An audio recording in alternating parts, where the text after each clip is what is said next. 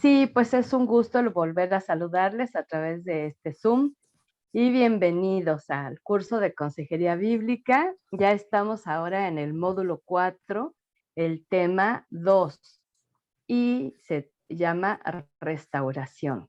Y nuestro subtítulo, Muros caídos, puertas quemadas. Está basado en el precioso libro de Nehemías, en la versión de todos los textos en Dios habla hoy. Y quiero leer una porción para introducir esto, porque tengo la plena certeza de que la Biblia en la vida de cada cristiano, de cada hijo de Dios, de cada consejero, tiene que ser el manual de referencia, tiene que ser el manual de vida que conduzca, que guíe, que inspire, que fortalezca. Y aquí en este libro voy a encontrar muchas analogías que son esas comparaciones con la vida de nosotros hoy, como llegamos a Jesucristo, la mayoría con los muros caídos y las puertas quemadas. Déjame te digo que como consejera he visto muchas vidas que estuvieron viviendo esta experiencia desde niños y a veces pasaron por la iglesia y seguían con sus muros caídos y sus puertas quemadas. Esto significa que estaban exhibiendo hacia afuera todas las situaciones íntimas que se dan, que son dolorosas, que son destructivas, pero que también había un acceso directo de parte del enemigo a seguir invadiendo, a seguir cautivando, a seguir engañando, ¿verdad? Y por eso es el estudio de este libro para aplicarlo. Recuerda, consejero, en lo personal y después para poder compartir la palabra. Vamos a esta escritura, Nehemías 1, 3, 4 dice, y me contestaron, los que escaparon de ir al destierro y se quedaron en la provincia están en una situación muy difícil y vergonzosa. En cuanto a Jerusalén, la muralla ha sido derribada y sus puertas han sido destruidas por el fuego. Al escuchar estas noticias, me senté a llorar y por algunos días estuve muy triste, ayunando y orando ante el Dios del cielo.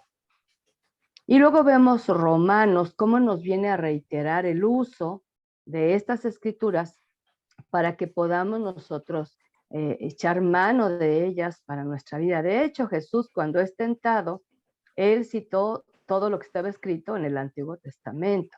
¿Sí? Esto avala también que es muy importante el echar mano de esos principios eternos a nuestra vida y a nuestro llamado. Dice Romanos 15, 4, 5, todo lo que antes se dijo en las Escrituras se escribió para nuestra instrucción, para que con constancia y con el consuelo que de ella recibimos, tengamos esperanza. Y Dios, que es quien da constancia y consuelo, los ayude a ustedes a vivir en armonía unos con otros, conforme al ejemplo de Cristo Jesús. Entonces vemos que algo muy importante a considerar en la vida personal y en la consejería es la aplicación de estos relatos bíblicos con sus verdades eternas. Porque como dice el apóstol ahí en Romanos, ¿verdad? Acerca de lo que está escrito, es para nuestra enseñanza, para alentarnos a la constancia, para recibir consuelo y tener esperanza. Porque del Señor vamos a recibir todo esto, solamente de Él. De esta manera podemos seguir el ejemplo de Jesús. En el libro de Nehemías encontramos una dinámica espiritual para la obra de reconstrucción de vidas. Guarda ese término, por favor, ahí bien anotado. A ti que te gusta tomar notas, toma en cuenta esto. Y dice, esta reconstrucción de vidas, porque Dios, si el propósito de Dios tan solo fuera salvarnos para darnos vida eterna, pues entonces nos salva, nos morimos y nos vamos al cielo. Si ese fuera el único propósito, si Él nos salva y nos deja con vida, es porque quiere que seamos instrumentos en sus manos para la salvación de otros, para que otros vengan a conocer la verdad, para que otros vengan a conocer el camino, para que otros sean reconstruidos por la mano poderosa del Señor. Observando con atención esta historia del pueblo de Dios y el llamado a ser reconstructores del muro caído y puertas quemadas, que son esa figura, cómo obra el enemigo en las vidas. El enemigo viene, seduce con el pecado de rebelión, de incredulidad, de idolatría, separando al pueblo de Dios. Y luego, como tiene fundamento de estas acciones que participa el pueblo pecaminosas, entonces esclaviza nuestra vida, esclaviza nuestra mente y corazón, como lo hizo antaño, lo seguirá haciendo hoy. Entonces vamos a ver la intervención maravillosa del Señor a favor nuestro al mandar un líder, en aquel caso era Nehemías, en nuestro caso es Jesucristo, que representa la obra de restauración, por lo que se requieren actualmente también muchos Nehemías y también muchos seguidores de Jesucristo para que le crean, le obedezcan y sean fieles al llamado. Porque hay muchos con sus muros caídos y puertas quemadas, amados, así como nosotros estábamos antes de venir a Jesús. Y vamos a estar viendo que esa destrucción la causa el enemigo, ¿sí? Trayendo ese pecado engañoso a nuestro corazón, pero también vamos a ver grandiosamente la obra del Señor de restauración con todos sus recursos del rey. Yo te puedo decir que hace muchísimos años cuando acepto este llamado de la consejería personal, la consejería bíblica, el invitar a mi casa, que vinieran, que abrieran el corazón. He sido testigo de 1000 testimonios, no más, de la destrucción en casa mediante el abandono, la separación, la violencia, los vicios, los diferentes tipos de abusos, la carencia de vida espiritual correcta, el parche de la religión y la religiosidad tratando de resolver los problemas humanos, la ignorancia de la palabra de Dios y el aspecto de cada vida que viene a la iglesia y solamente los cambios se dan para imitar lo que otros hacen, pero realmente no hay un nuevo nacimiento, no hay una nueva mente, un nuevo corazón con los cuales Dios pueda trabajar para traer sus verdades eternas. Entonces tenemos un llamado, número 1, el llamado a reconstruir. Nehemías 1 del 5 al 7, y le pido a Lili que me hace el favor de leer esta escritura.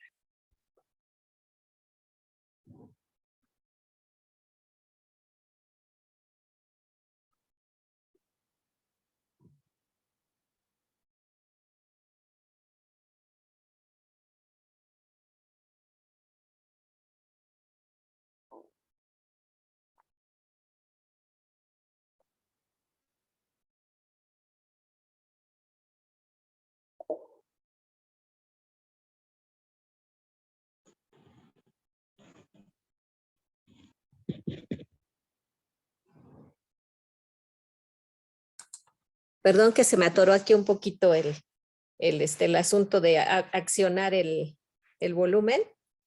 Denme un segundito. Es que estoy aquí batallando un poco con las cuestiones de reubicación del lugar de donde estoy instalada.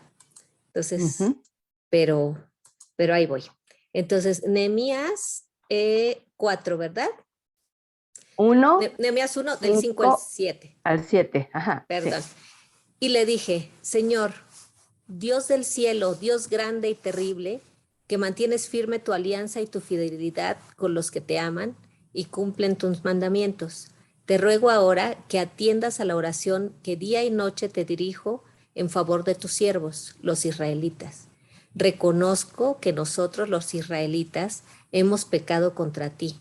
Hasta mis familiares y yo hemos pecado. Nos hemos conducido de la peor manera ante ti. No hemos cumplido los mandamientos, leyes y decretos que nos diste por medio de tu siervo Moisés. Unos requisitos indispensables para responder a ese llamado a la reconstrucción que Dios nos está haciendo es tener ese corazón que adore a Dios, ese corazón que se humilla ante el Señor ese corazón que reconozca que es parte del problema. A él no está diciendo aquellos que se portaron mal, que hicieron lo malo, no. Él está diciendo, mi familia y yo nos incluimos, ¿sí? Ujú. Hemos fallado, nos hemos rebelado, hemos hecho lo malo. Para mí, el llamado de Dios a la humillación, amados, es la única manera que yo he encontrado de aprender humildad. No hay otra. Llámese la humildad como una virtud, ¿sí? No como una condición social, económica, ¿no? La humildad es de reconocer la urgente necesidad de la intervención de Dios en nuestra vida y en la vida de los nuestros. Reconocer el pecado, reconocer la condición y no estar nada más buscando culpables, no nada más es estar buscando, en este caso, pues es que fueron los babilonios que vinieron, ese pueblo tan atroz. No, no, es la parte que nosotros tenemos que hacer. Eh, el Señor ha visto el daño que produce el pecado en nuestra vida, como lo vio en el pasado. Me viene a la memoria cuando visitó a su pueblo estando en Egipto, cuando él dice que él vio la condición que estaba viviendo su pueblo y fue conmovido a compasión y misericordia. De igual manera ahora, el llamado que le hizo a Nehemías fue, le dolió lo que estaba viviendo su ciudad amada, ese lugar de esos encuentros gloriosos, ese lugar donde, por cierto, en Esdras vemos la narración de la destrucción del templo y en Nehemías vemos los muros y las puertas quemadas. Pero fíjense cómo son figura de cómo el enemigo no quiere que adoremos a Dios y entonces quita la figura del templo y no quiere que disfrutemos la protección y el cuidado de Dios y derriba las murallas, ¿no? Por eso le digo, es muy interesante el aplicar estos relatos a nuestra vida. Y tanto Esdras como Nehemías hacen oraciones, pero impresionantes, de intercesión, pero también de humillación delante del Señor. Entonces, el Señor requiere siervos de corazón humilde y sencillo, atentos a su voz. Ahora, déjame te cuento que Nehemías era un copero al servicio del rey. En ese tiempo, el copero, si bien se la jugaba todos los días al probar el vino del rey para que no fuera a tener veneno, se la jugaba porque si alguien ponía veneno, pues él se moría, no el rey. En este caso, él se la jugaba, pero también era el digno de toda la confianza del rey. Y estaba viviendo en un lugar de privilegio. Tenía su atuendo real, su comida real, sus aposentos reales, estaba en la zona VIP del reino, y entonces eso de dejar la zona de confort para ir de albañil, en pocas palabras, reconstructor, no es tarea sencilla, sobre todo porque veremos más adelante que no nada más era cuestión de ladrillos y cemento, no nada más era eso, era establecer nuevamente allí un lugar propicio para la adoración al Señor, cosa que el enemigo no iba a permitir y entonces de ahí vamos a ver también que va a haber oposición, como lo hay en tu vida y en la mía día con día, como lo vivimos en este momento que estamos grabando, que se interrumpe y se para y no se armoniza todo como quisiéramos, ¿verdad? Este proceso de restauración de vida empieza con el que es llamado a servir en esta obra. Y no nada más, ay, qué lástima que está pasándola mal mi pueblo. Ay, pobrecitos, pues ya ni modo. No, sino tú tienes ese llamado, sí. Lo primero que Dios pone es una compasión, es esa actitud espiritual, no emotiva, no sentimental, porque esto va y viene. Te pongo un ejemplo breve, ¿no? Cuando hay una tragedia en nuestro México, hablando de nuestro país, pero en cualquier lugar, la gente se vuelca en ayuda, ¿sí? Pero al rato se le olvida. Ya no da seguimiento, ya no piensa cómo la están pasando, o sea, no. Y esto es movido por emoción. Ahora, qué bueno que se da ayuda, pero el llamado a reconstrucción es un llamado constante, ¿sí? Entonces, no nada más es sentir lástima, sino hacer algo a favor de lo que el Señor, nuestro Dios, quiere que hagamos, ¿sí? El consejero tiene que ser sensible a la necesidad de otros. El consejero tiene que estar dispuesto a recibir para después dar, ¿sí? Por eso es el trato de nuestro corazón. Si tenemos un corazón insensible, endurecido, indiferente, egoísta, ególatra, que nada más está pidiendo para sí mismo, difícilmente Dios va a usar esa vida. Si no queremos pagar el precio de salir del área de confort y pagar el precio. Jesús pagó el precio de la salvación, pero hay un costo en la vida cristiana que también es el sacrificio del que habla el apóstol Pablo, ¿no? El negarse a sí mismo. Entonces encontramos que Dios sigue buscando a Nehemías porque, repito, hay muchas vidas con sus muros caídos y sus puertas quemadas. Sigamos con el relato. En segundo lugar, la tristeza que Dios produce, porque hay una que Él produce. Nehemías 2, del 1 al 5.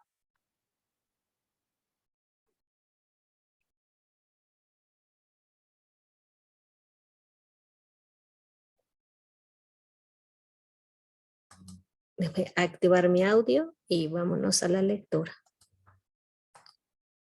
Dice Nehemías 2 del 1 al 5.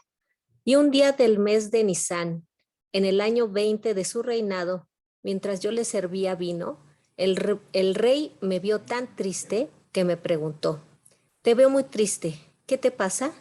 No pareces estar enfermo, así que has de tener algún problema.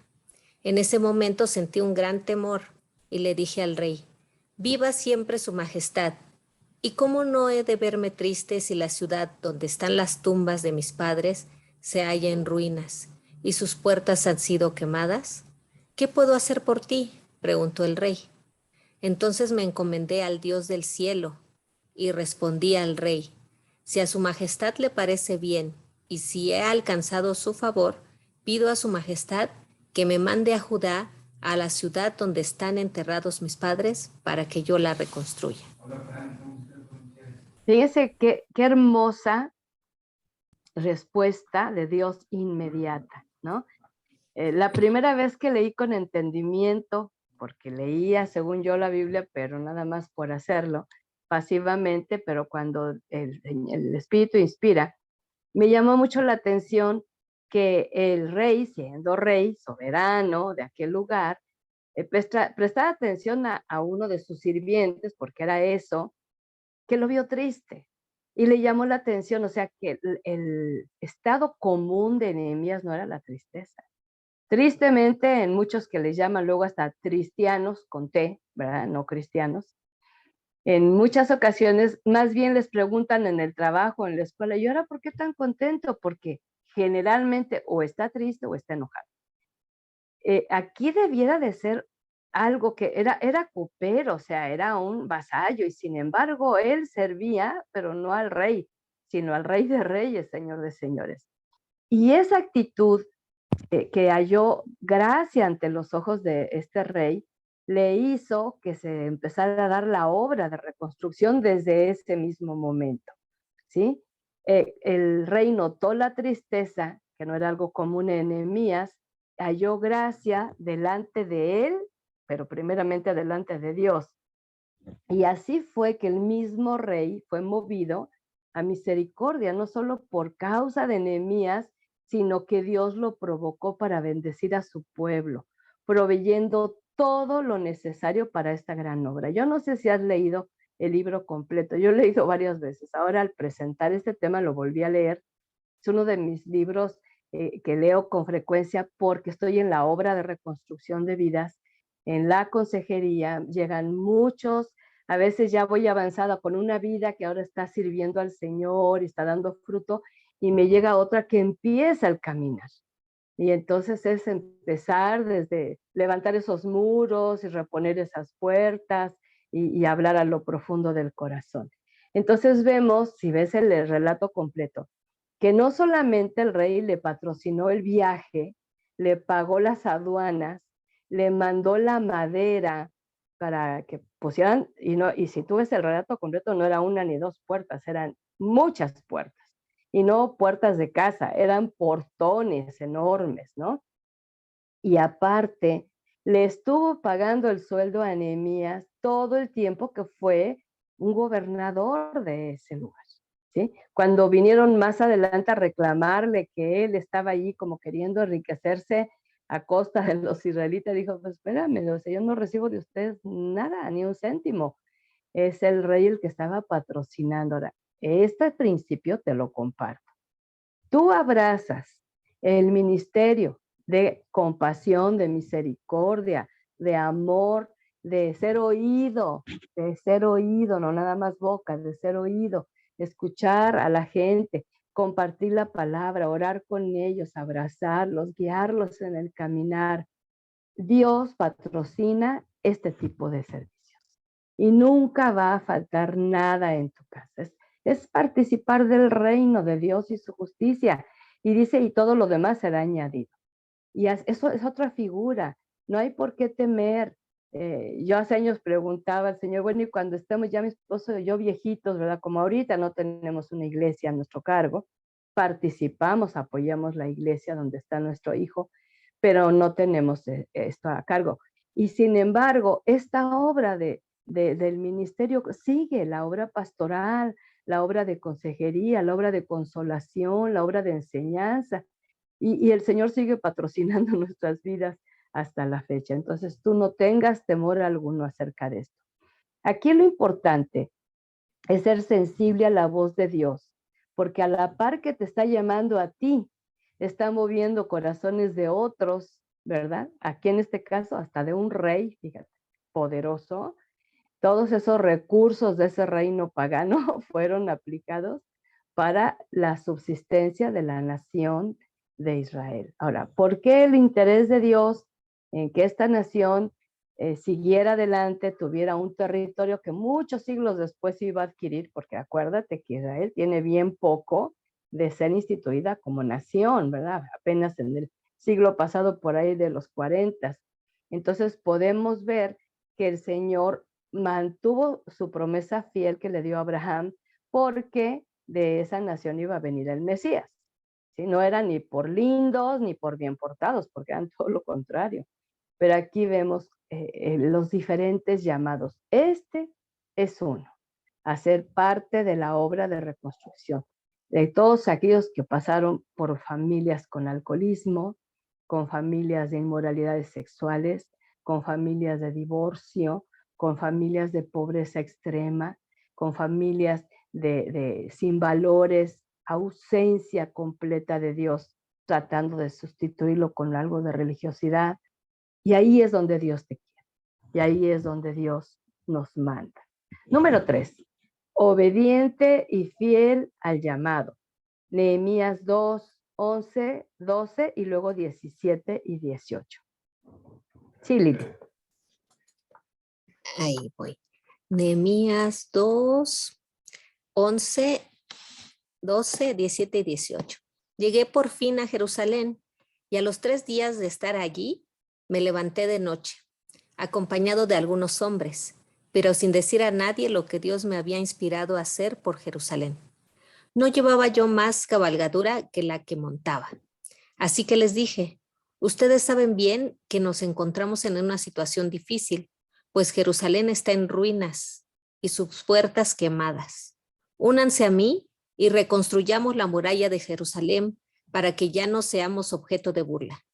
Y cuando les conté la forma tan bondadosa en que Dios me había ayudado y las palabras que me había dicho el rey, ellos respondieron, comencemos la reconstrucción, y con muy buen espíritu se animaron unos a otros. Fíjate nada más cuánto respaldo de Dios a la obediencia.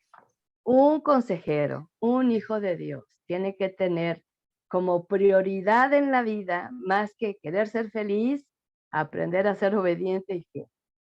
Para mí esto es más importante.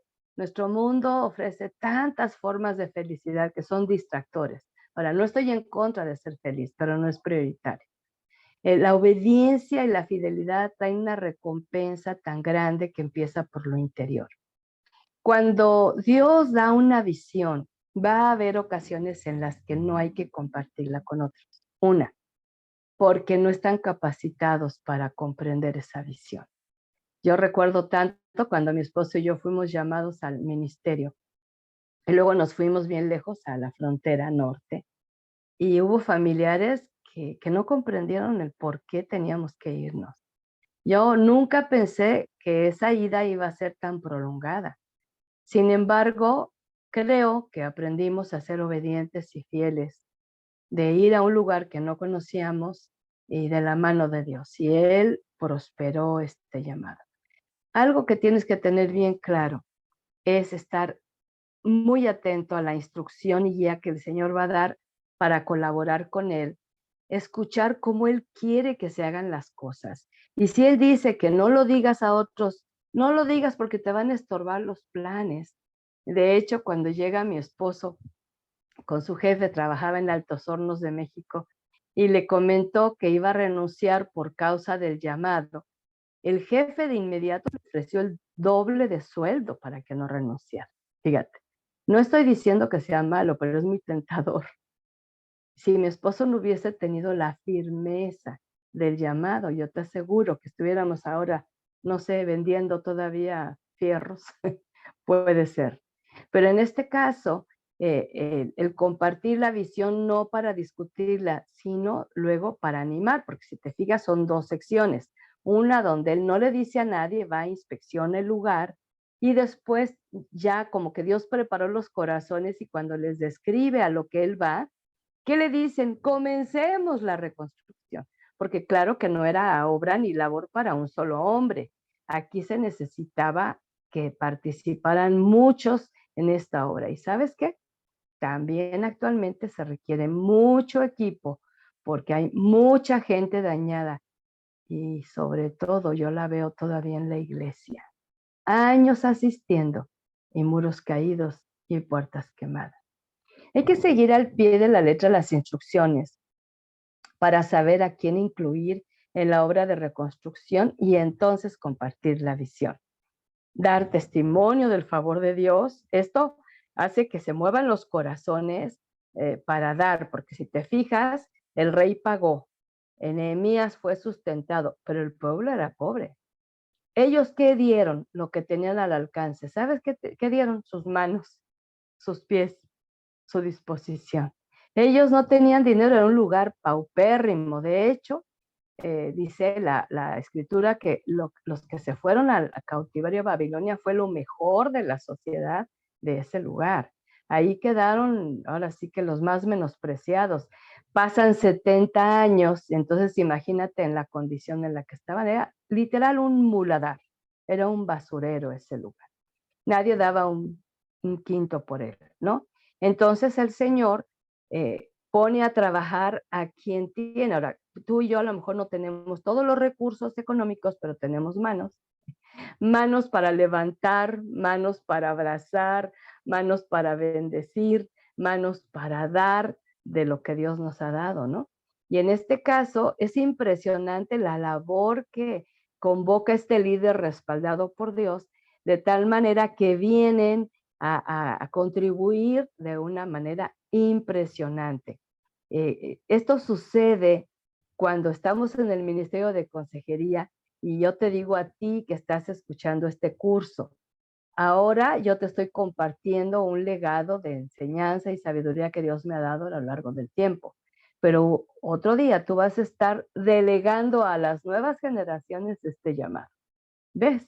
Entonces no se queda tan solo en que tú seas beneficiado, sino en que vayas beneficiando también a otros, como la visión de Nehemías.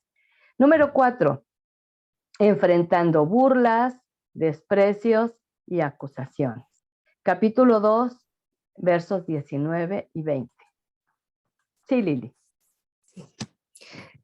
Dice, pero cuando lo supieron, Sanbalat el de Orón, Tobías el funcionario amonita y el Gesem el árabe se burlaron de nosotros y nos dijeron con desprecio, ¿qué se traen ustedes entre manos? ¿Acaso piensan rebelarse contra el rey? Pero yo les contesté, el Dios del cielo nos dará el éxito.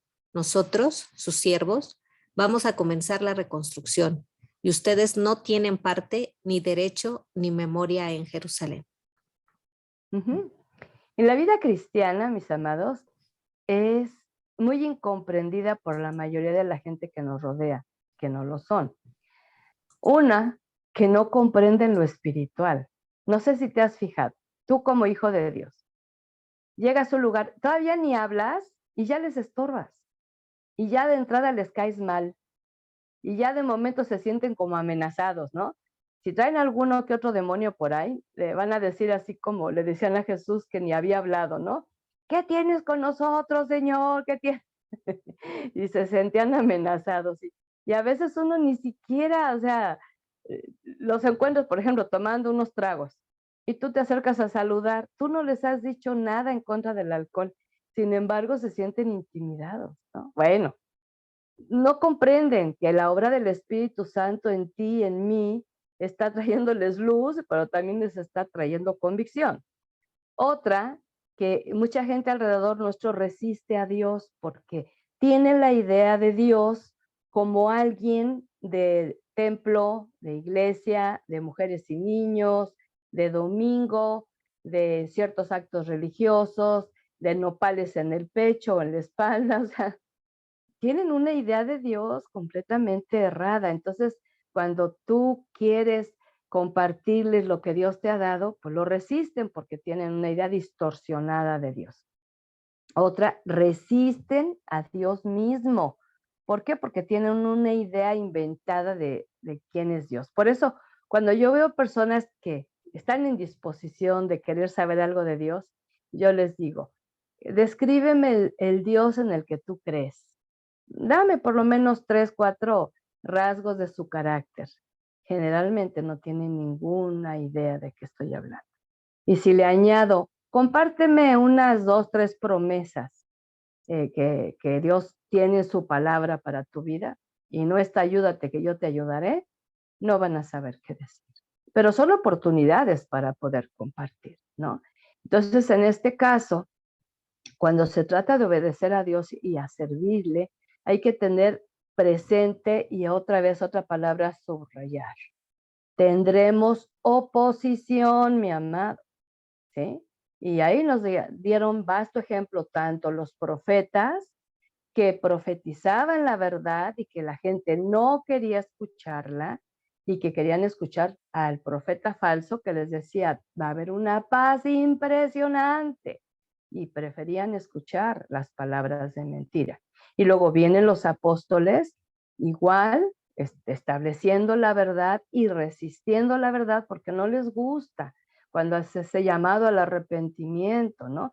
Y cuando vemos una serie de gente famosa en el mundo artístico, deportivo, intelectual, donde con mucha jactancia declaran, no tengo nada de qué arrepentirme en mi vida. Fíjate nada más.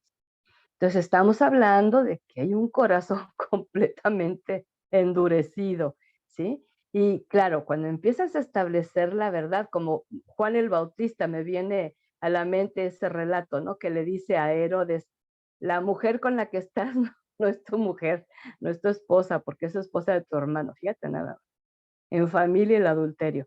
Y lo mandaron a la cárcel y luego lo degollaron. O sea, va a haber oposición.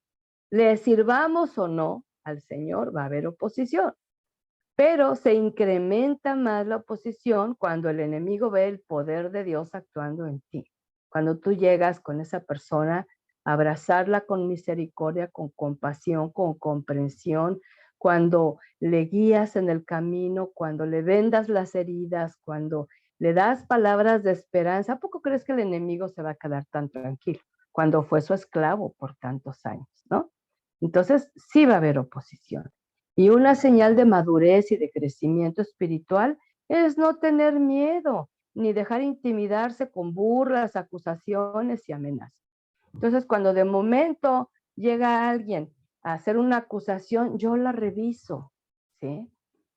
Es realmente, yo me acuerdo en una iglesia, me viene a mi mente también ahorita, donde empezó un rumor a decir que mi esposo era el anticristo y yo era satánica.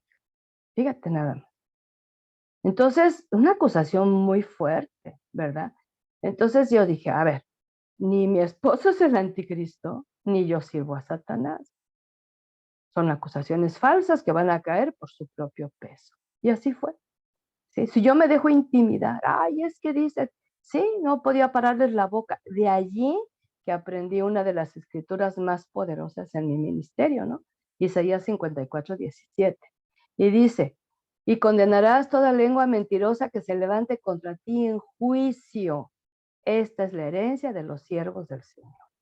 Entonces yo empecé a levantar mi voz en contra de la lengua mentirosa, no de la gente, de la lengua. Y se empezaron a callar esas mentiras. Ahí hay poder, es herencia de siervos. Pero primero analizarme, si hubieran dicho, no, es que Araceli es una persona que dan en el clavo, que sí lo soy, me hubiera tenido que callar. Pero en este caso, nada que ver, porque mi vida estaba en la luz de Jesús y no en las tinieblas. Entonces vemos que sí hay una señal de madurez y crecimiento cuando no tienes miedo. Ahora que van a hablar, van a hablar. No vas a poder impedirlo del todo, pero sí vas a poder condenar la lengua mentirosa. Si dicen la verdad es otra, pero si dicen mentiras, tenemos el poder como el que el Señor le concedió a este siervo Nehemías para seguir su obra. Número 5. Reconstruir es labor de todos. Vemos un pasaje en Nehemías 3, versículo 1 y luego versículo 13. Si observas, estamos solamente tomando unos versos. Yo te recomiendo leer el libro completo para que tengas un entendimiento más claro, pero yo lo que quiero es destacar algunos principios. Sí, Lili, por favor. 3:1-13. Entonces el sumo sacerdote Eliasib y sus compañeros los sacerdotes reconstruyeron la puerta de las ovejas, le pusieron vigas y colocaron las puertas, y reconstruyeron la muralla desde la torre de los 100 hasta la torre de Hananel.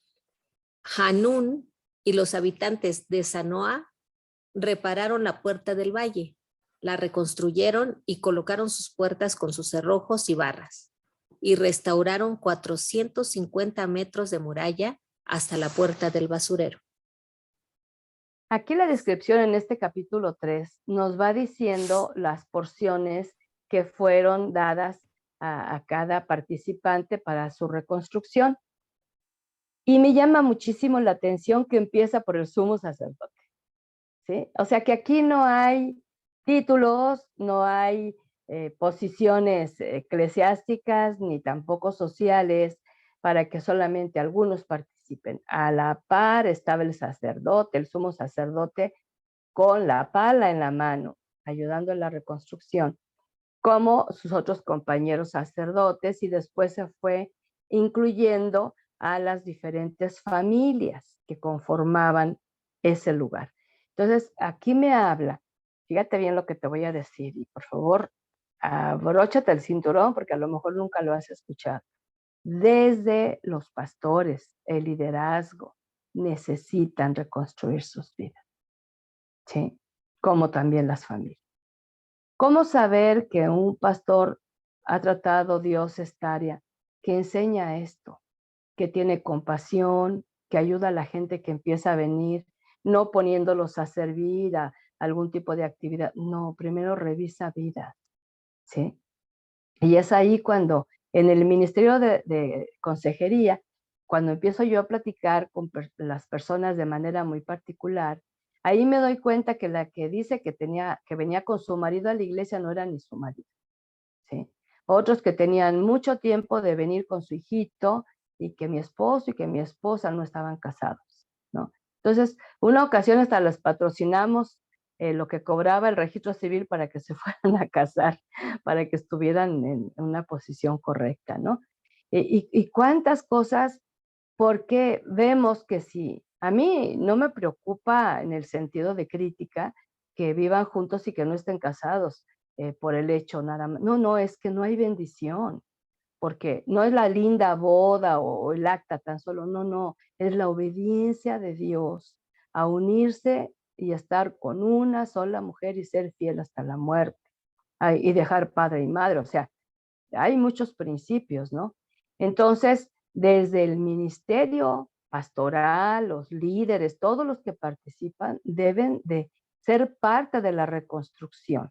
Y algo que me llama la atención, que quizá no tenemos ni idea de la magnitud de la obra en aquel lugar, pero fíjate, solamente un tramo que aquí describe, ahí en el verso 13, dice, y restauraron 450 metros de muralla. Fíjate, entre Hanún y los habitantes de Sandá, fíjate, de la Puerta del Valle, ¿no?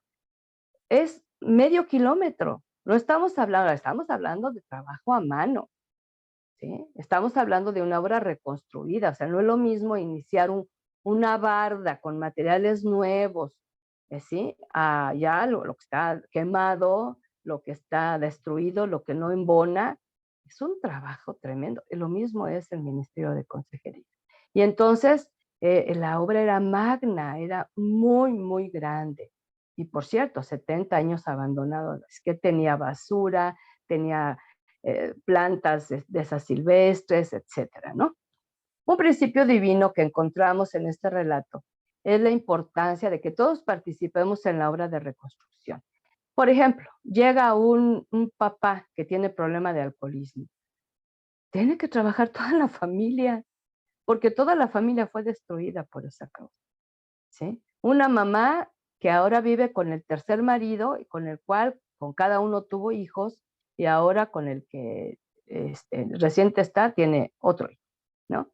Tiene que trabajar toda la familia porque los hijos, que ya no está el papá biológico, tienen que procesar su propia situación, las separaciones, los pleitos, los conflictos a los que, o sea, ¿sí me entiendes?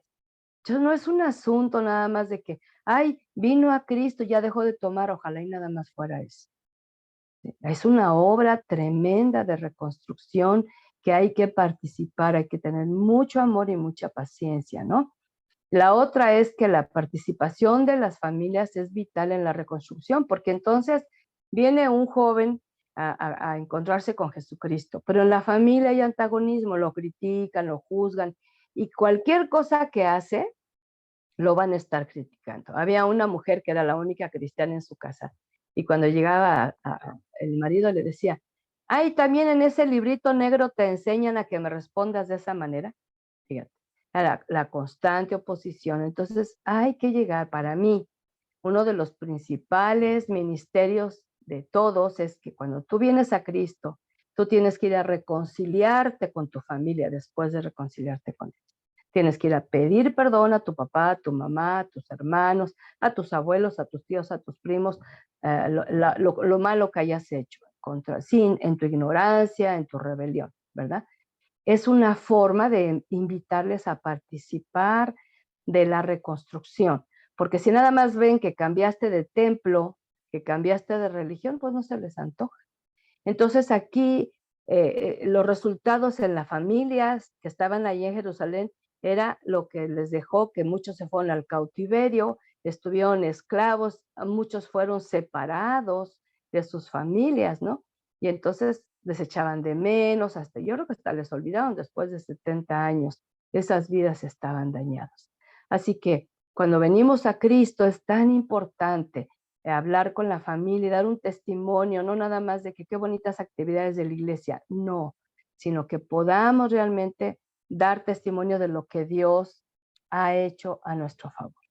Número 6, cuidado, habrá más oposición. Me llama la atención porque hay varios relatos donde hay varias situaciones donde Nehemías encuentra la oposición y la opresión espiritual.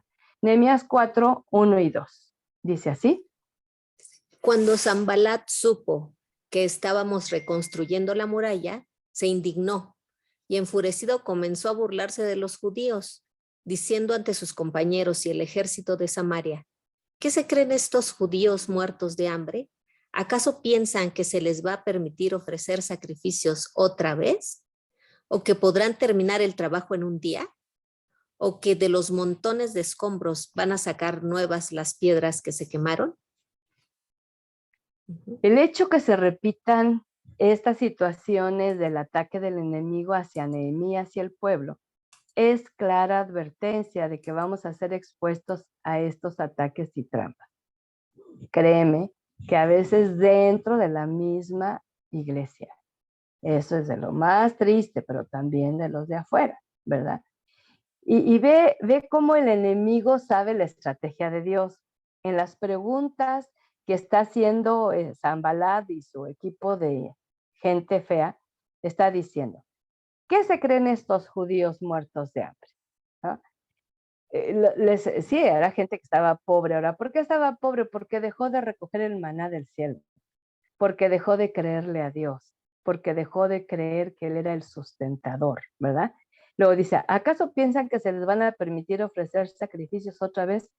Pues era lo que Dios quería, que volvieran a la adoración, que volvieran al sacrificio de sí mismos, que volvieran a encontrarse con Él en esa congregación grande, donde había cantos, donde había testimonio, donde había palabra, ¿sí? Fíjate cómo el enemigo sabe a dónde Dios dirige todo esto, ¿no?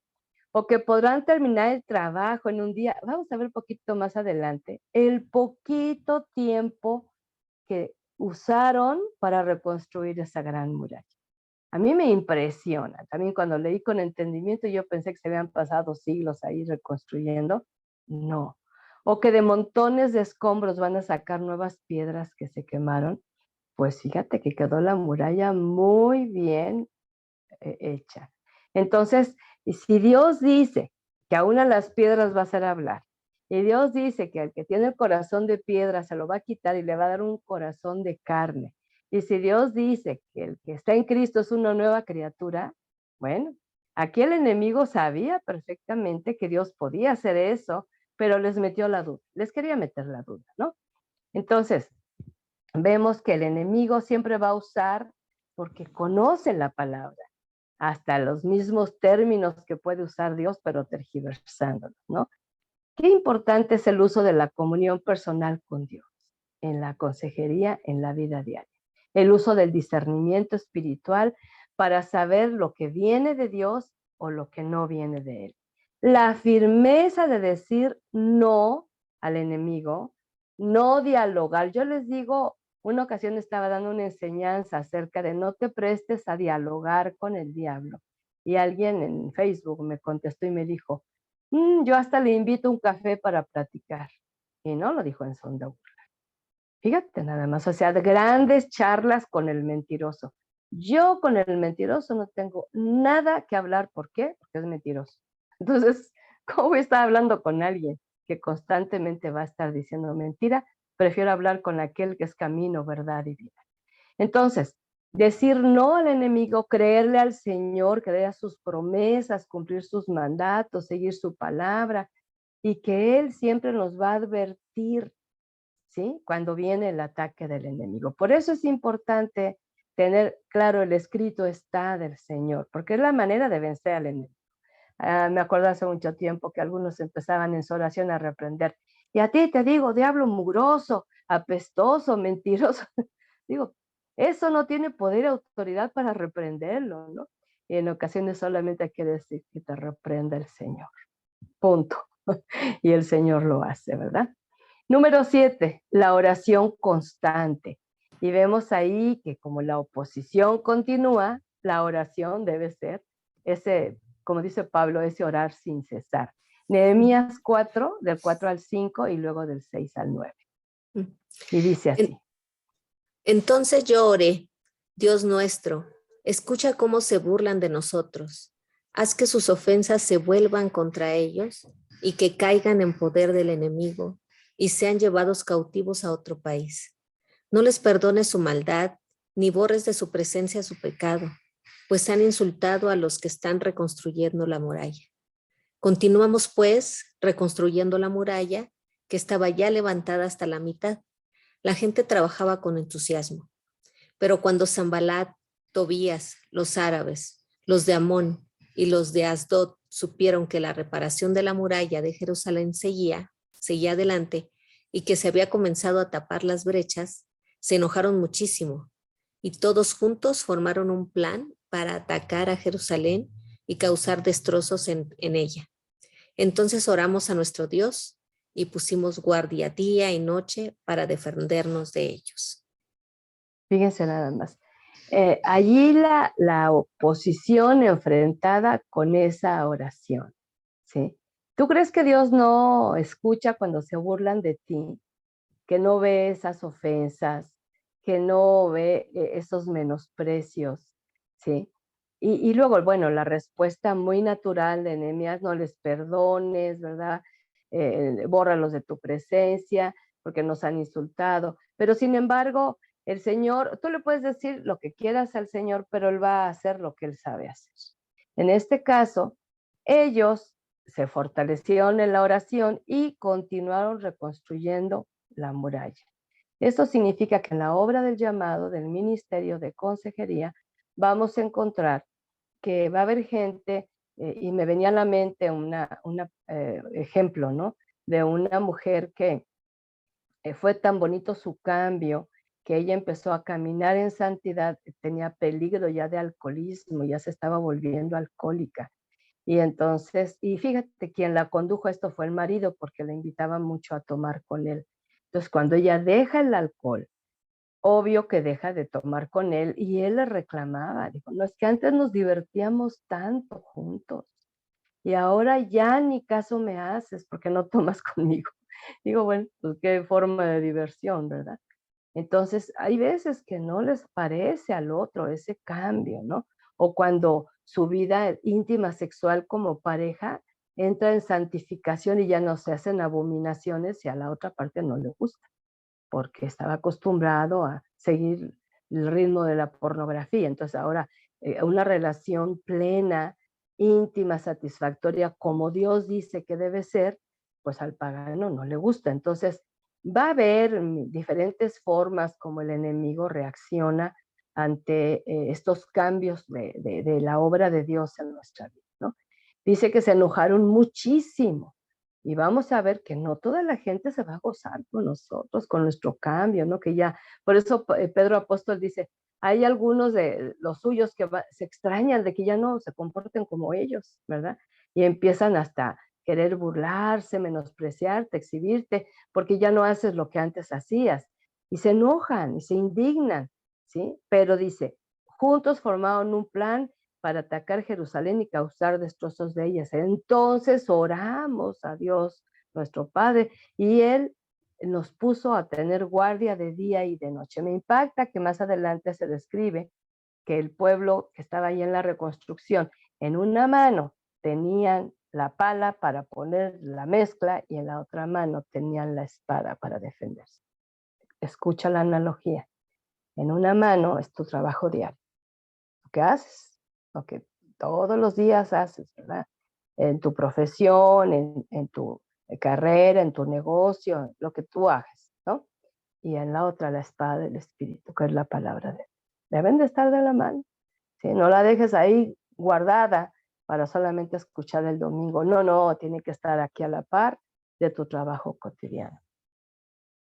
Entonces, una vez más, el énfasis de la oración en la obra de reconstrucción. Tanto el consejero tiene que estar orando en intercesión por el que aconseja, pero también tiene que ser guiado el aconsejado a que empiece a levantar su propia oración. ¿Sí? No es repite conmigo y repite conmigo. No, porque entonces va a aprender a oraciones repetidas. No, sino tú vas a notar desde su salvación que te diga: a ver, yo te presenté el mensaje de salvación. Ora tú al Padre dándole gracias. Si el Espíritu Santo le trajo la convicción, va a tener una oración de salvación. Si no le trajo la convicción, no va a tener esa oración. Pero por repetir palabras que tú le dices, no va a ser salvo. Lo mismo en el proceso de restauración.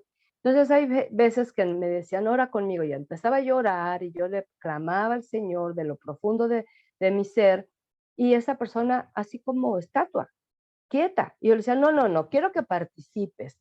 Si algo que digo es tu realidad, es tu petición, es tu anhelo, tú di un amén, tú di: sí, Señor, yo lo quiero, yo necesito, y tú ve intercediendo junto conmigo. Y es la manera de que también ellos se metan en esta lucha, porque dejas de orar con ellos, se van a su casa y no saben orar. O te hablan: ay, ora conmigo.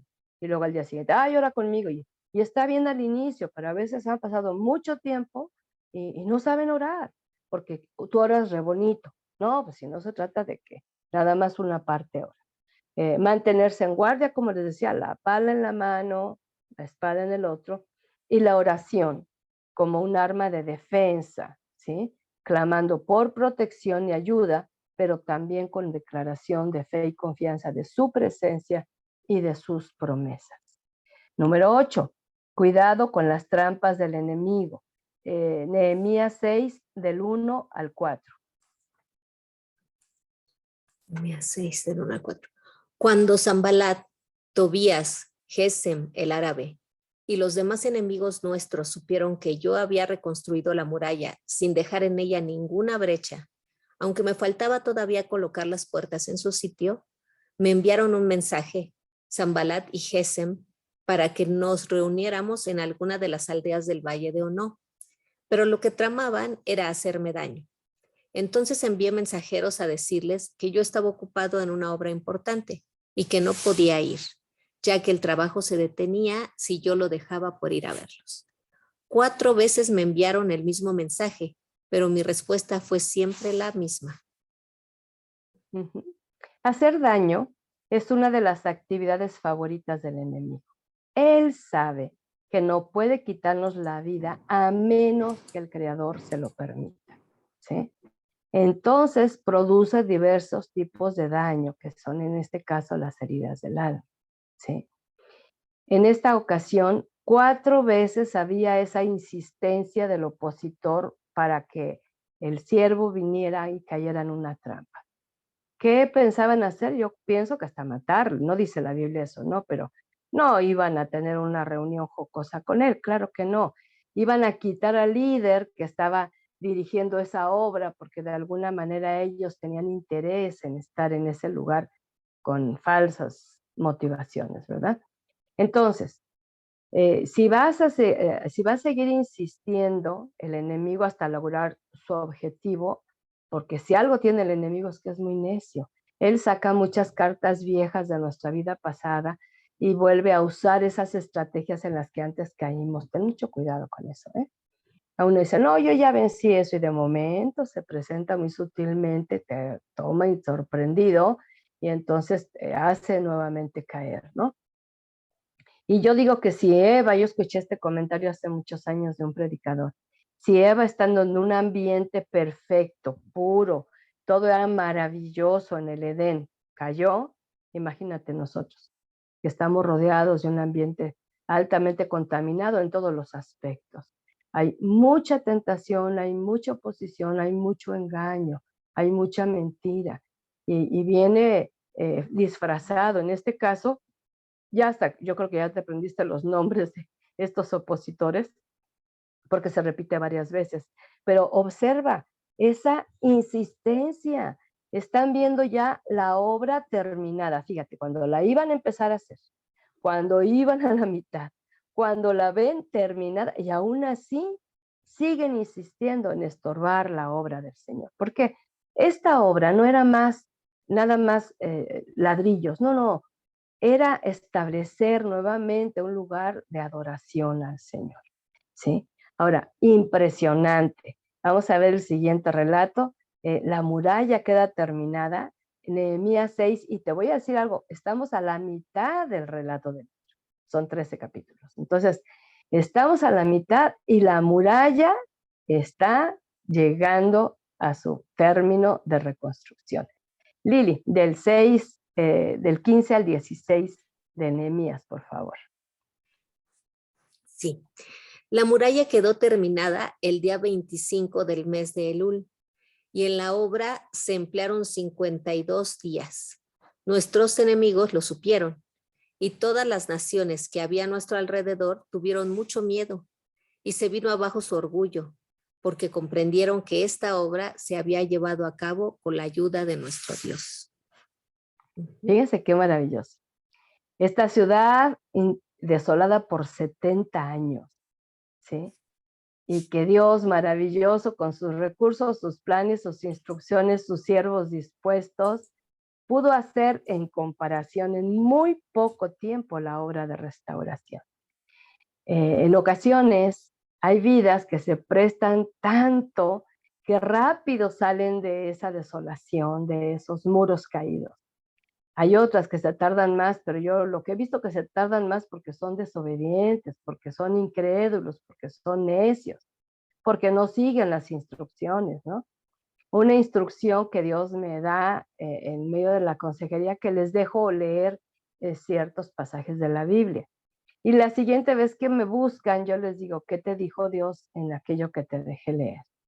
Y luego me dicen, ay, es que no tuve tiempo de leer. Ah, bueno, cuando lo leas, me hablas y me dices qué te dijo Dios. Y es una manera de desafiarles a que ellos busquen también el consejo de Dios.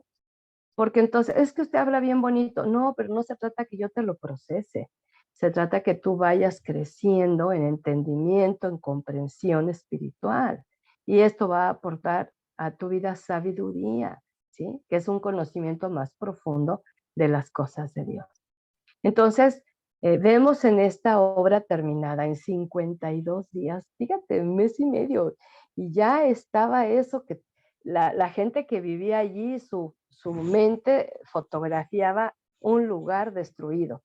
Y de momento, wow, en poquito tiempo ya estaba aquello reluciendo de nuevo, ¿verdad? Porque hubo puertas nuevas y no tengo duda que le dieron ahí un tratamiento que se viera un poquito simplemente ya reconstruido era algo mucho mejor. Pero algo que me llama mucho la atención es que esa obra que pareciera solamente ladrillos y mezcla, no, los que rodeaban les dio un temor santo, generó en esa gente un miedo por la obra que Dios había hecho. Aquí es donde hay que entender, detrás de una obra física, que es cuando yo veo que dejan el alcohol, que dejan la droga, que dejan la relación prohibida, que dejan el lenguaje soez, que dejan la tranza, que dejan el robo, que dejan la flojera, que dejan la infidelidad, que dejan las malas compañías, que dejan las malas hábitos y costumbres, el comer mucho, el tomar mucho, el dormir poco, el ser irresponsables en el trabajo. Eso es lo visible.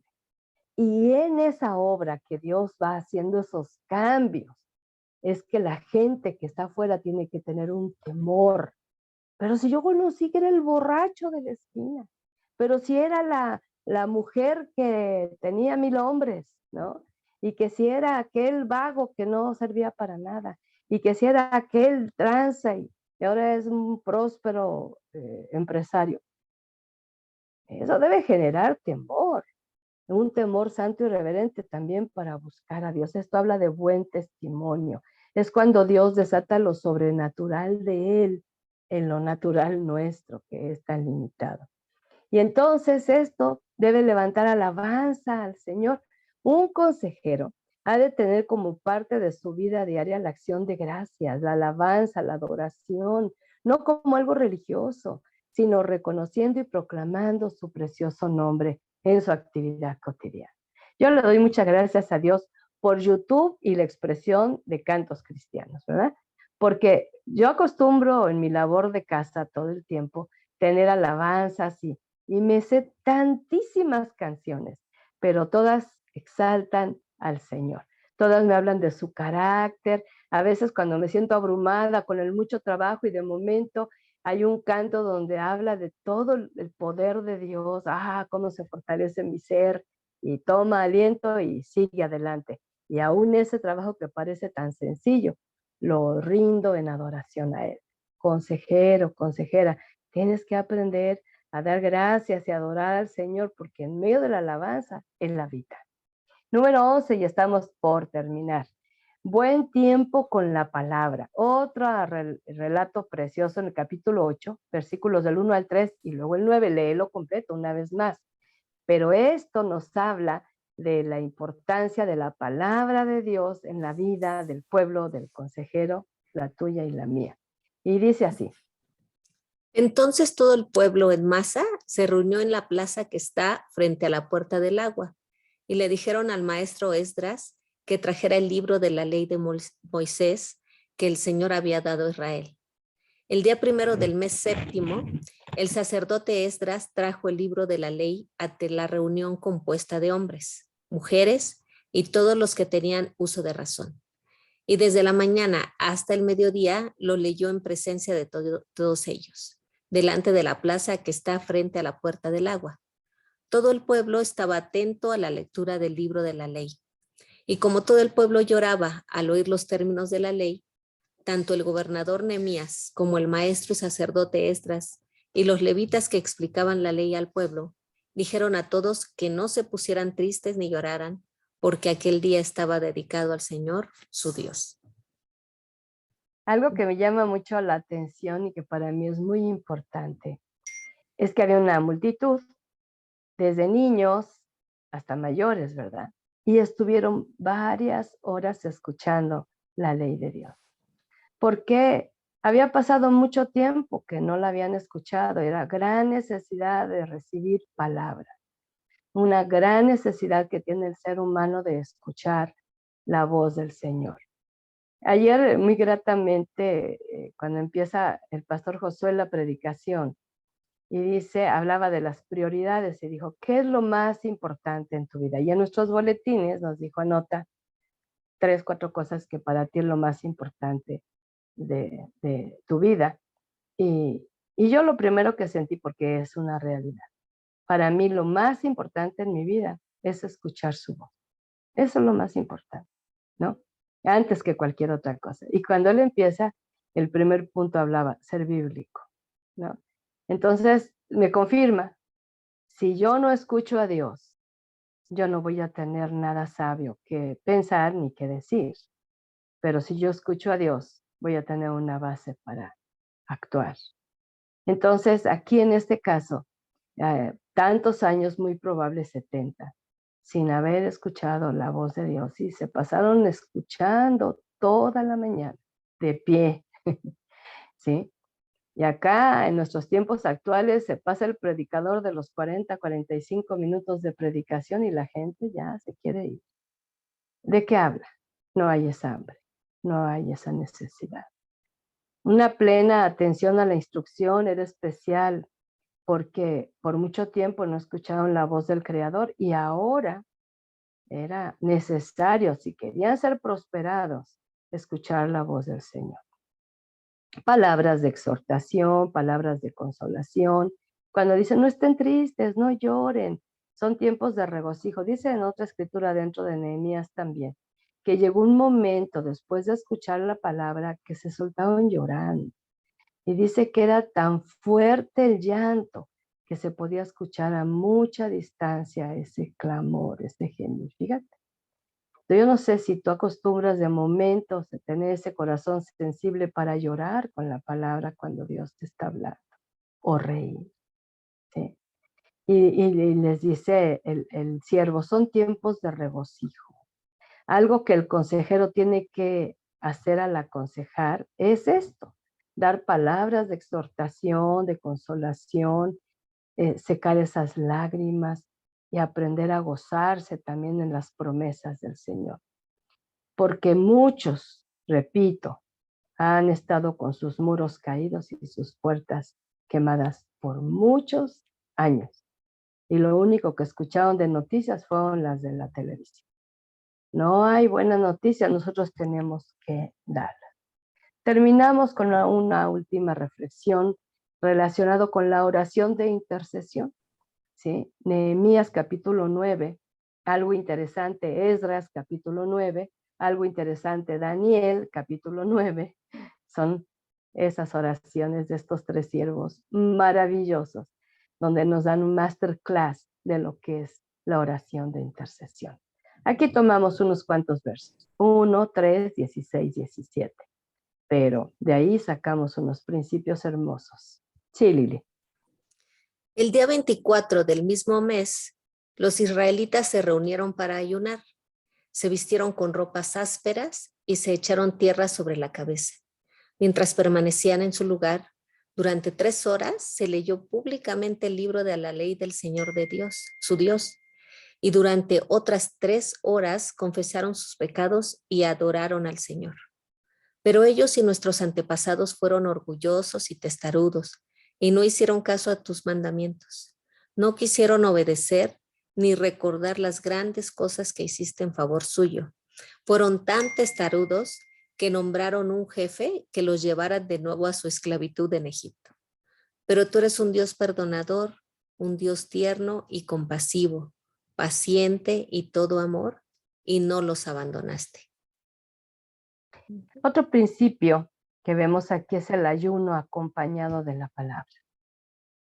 Si no lo hacemos así, se vuelve una práctica física, emocional y religiosa, ¿sí? El ayuno debe ser algo espiritual.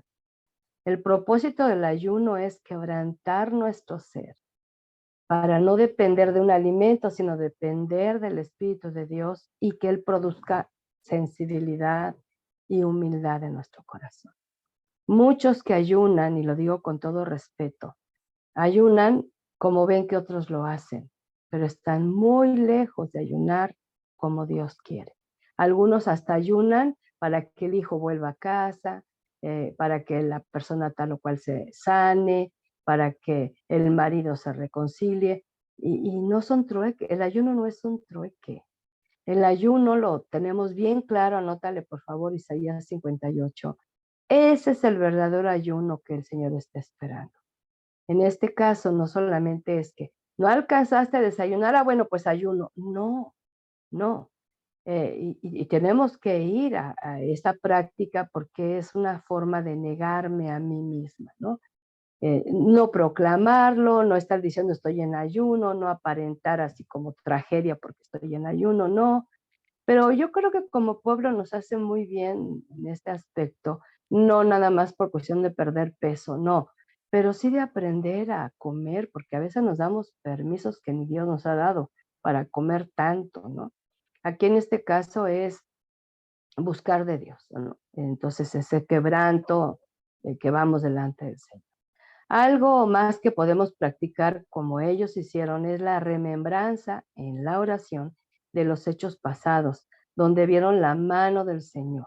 Nosotros también tenemos que hacer esto, que podamos en nuestra oración, es cuando es movida por el Espíritu, nos lleva a recordar eventos donde o estábamos sin Dios y nos nota su fidelidad, o estábamos con Dios, pero pasando una prueba muy dura y vimos su mano bondadosa a nuestro favor.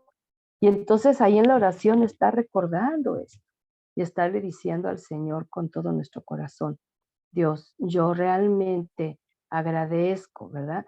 Así, yo le digo mucho a Dios, gracias por quitarme lo orgullosa, lo rebelde, lo incrédula, lo temerosa, lo insegura, o sea, yo le agradezco y empiezo a recordar eventos donde yo era así, cómo el Señor me fue librando, ¿no? Ayer les daba testimonio en la hora de las ofrendas en la iglesia y les decía, Dios me quitó el estarme comparando con otros y envidiando la economía abundante de otros, ¿no? Y luego, ay, eso que son malos y ni cristianos son, como Asaf en el Salmo 73, y Dios me libró de ese tipo de cuestionamientos. Entonces yo uso la palabra y digo, gracias, Señor, porque a quien tengo en los cielos es a ti, y fuera de ti nada deseo en la tierra. Y entonces me libró de la ambición, me libró de la codicia, de la avaricia. Y cuando es obra de Dios, no es por buena, no es porque soy la esposa del pastor Adolfo, no, es porque Dios hizo la obra. ¿Sí? Entonces es bueno en nuestra oración echar mano de aquello que el Señor nos ha traído. Ahora, en la administración de la consejería, es importante hablar de las actitudes que agradan a Dios, ¿no? Y no a otros, ¿no? Lo más importante es agradar al Señor, con un corazón dispuesto para Él. ¿Cómo se logra esto? Cuando pasamos por sanidad, por su liberación, por su restauración, por su reconstrucción, y que todo esto se llama bendición, porque Él llama a todas las cosas a ser nuevas. Y esto es lo más maravilloso, de poder ser parte de esta obra de reconstrucción de nuestro Dios que viene después de ser salvos, ¿sí? Asegurémonos que la persona tiene el entendimiento de que Jesús es el único camino al Padre y que solamente en su nombre y en su poder podemos vencer, ¿sí?